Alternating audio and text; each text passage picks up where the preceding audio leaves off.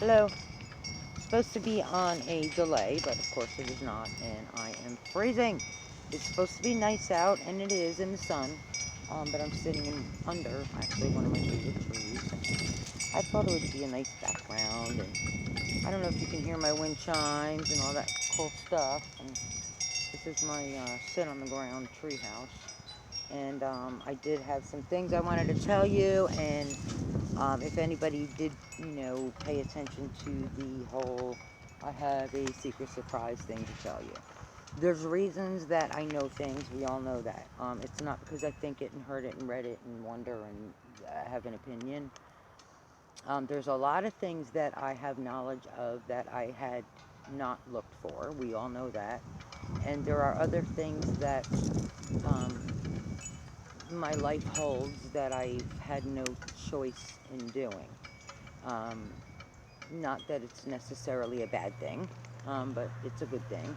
But let's bring a little bit of spiritualness into this, and a little bit of maybe insight on a lot of things people may have misunderstandings about, witches.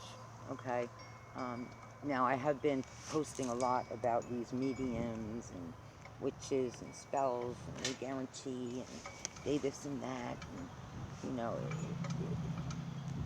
I know firsthand that any of that is bullshit, okay? Because if you truly are gifted, um, and it's all wrapped up together, and they just make up the other names for things as they go along, you don't go on the internet or advertise to help people and give them a spell that's going to work, or foresee their future, um, but you have to pay them, especially when someone is in danger.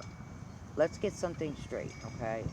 There are plenty of types of witches, all kinds of names, white witch, pagan, this, that, and the other. I don't know anything about it, but I am a witch. Isn't that funny? Because what a witch is not witchcraft. Um, we do not do spells with frogs and toads and bats and things like that. The other thing is a lot of these places will advertise, and there's books and lessons and things like that to practice your witchery, if you will. Now, let's see. Gosh, this is difficult. If there are true witches, you don't have to practice. You are automatically born with the so-called talents or gifts. A true witch is simply that, okay? And a witch is just someone who worships Mother Nature, the earth, animals, and appreciates things that God made, or whoever you believe, trees and the ocean, and just natural miracles. Everybody takes everything for granted. I don't. I never did, and that's why they call me a hippie. I don't think me appreciating the sky, which is never the same, and is so beautiful, and I can stare at it forever. Um, Being a hippie, it's just appreciating a natural beauty. What about the ocean? I mean, none of us were there. We don't even know if dinosaurs were there. I mean, they find bones, they make something up, but I don't know. I've never met anybody who saw any live footage or any hair found. But anyway, um, the ocean has, I would think, been around a very, very, very long time, and it never stops. Never once. Never stops. Not in our lifetime, not just in real history that I've ever read, or heard about, like, oh my gosh, the ocean stopped. Now, don't you think that's kind of amazing that something so beautiful and holds so many secrets in itself? Nobody knows everything that's in the ocean. It's impossible. They can't. Just like they don't know everything beyond the stars. They just can't. Science says this, and the erosion says this, and the ice age says this, and that's all well and dandy. But honestly, I don't care about geographic placements of things. I just trying to get to a fact, which is the ocean.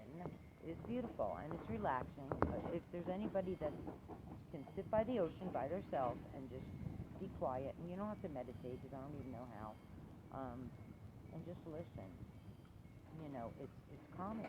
It's a natural calming thing, and it's natural and it's beautiful, and nobody's working a little machine somewhere to keep it turning, and it's always moving, and it's always coming in, and it's always coming out, and yes, they've since were able to identify the times of the tide and the this and the that, and again, that's always for somebody's benefit. It's just not for our education, because I guess it would be for boaters, for safety, fishers and waders and things, but like people ask me if I watch the weather and the news. No, I don't. I go outside. Is that okay? I'm not going to plan my day around the weather tomorrow, because yesterday was supposed to be beautiful according to the weather. 75, sunny, beautiful, and everything. So what if I plan this outdoor activity? And I'll tell you what, it was cold, and it was dark, and it was gloomy, and it was windy, and it was 40. Today, I don't even know. I'm chilly, but I'm in the shade. But it's not bad for, a January day. Again, I live in the South, so I'm very lucky because I was born and raised in north, on a mountain, in the cold, freezing, 8 months of snow, days without power, time again, not being able to get to work, because I'm on a mountain and they don't plow this private road until the snow stops. Well, the snow starts in October around Halloween time, because I remember having to wear coats and being freezing on Halloween and not being able to show our costumes.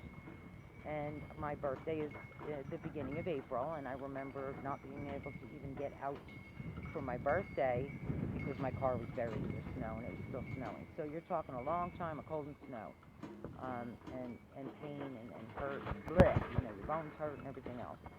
And people aren't very friendly and in a good mood, because would you be? It's dark, it's gloomy. The summer, I don't know, you might get 2 days to swim, and the water you're swimming in is freezing cold because it's coming from the earth. So it's like, hurry up and dip in and get out, and we didn't have pools, so I'm lucky. I'm very lucky. I haven't had to call out of work. There's no ice I'm falling on and all that fun stuff. But that is why I'm so tough.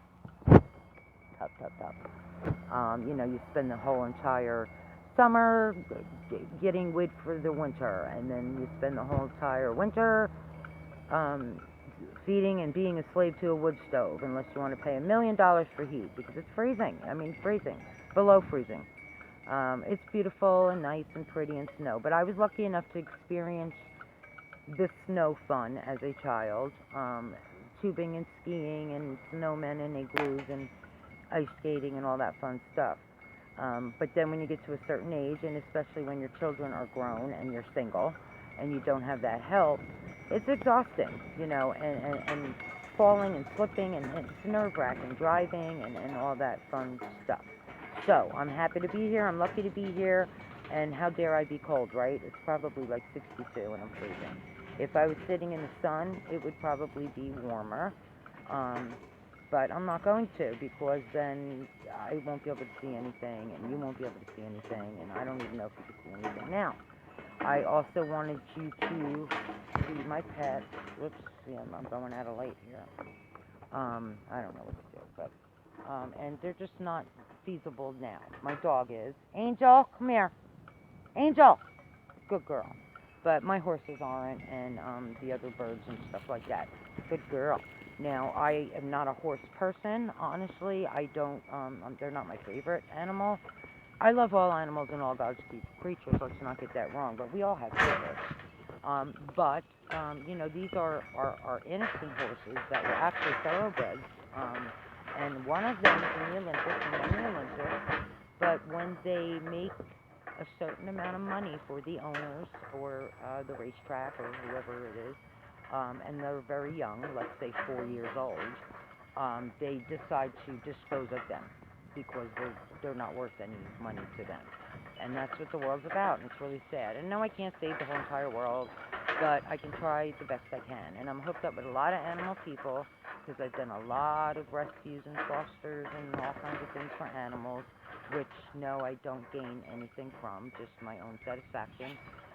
And now what will happen is if the Humane Society hears of any kind of horse that I can possibly handle, that they are going to stop its life because it's made its millions for the owner who is not a pet to that owner. It is a investment. They will get in touch with me and we will go down and I'll look at the horse and see what the deal is and get the simple instructions. No, I don't ride them, but let them live their last years in a beautiful place where I am, and that's how they are here. And one of them is actually a Clydesdale horse, and they're also for a lot of showy things. And they get to a certain point where they don't feel they're showy anymore, or they're too old, or they can't do what they're expected of these people. So, let's just get rid of them. And I don't understand how that's even legal, but it doesn't matter. So those are the horses I have. They're rescues, so no, I do not ride them. And they're my pets, and they just get to live a luxurious life for many, many more years that they deserve. They work hard too. So when everybody retires, do we just shoot them because they can't do the job anymore? That's not humane, is it? I don't understand the world with that part, and we're not going into that. We are not, because we're just not.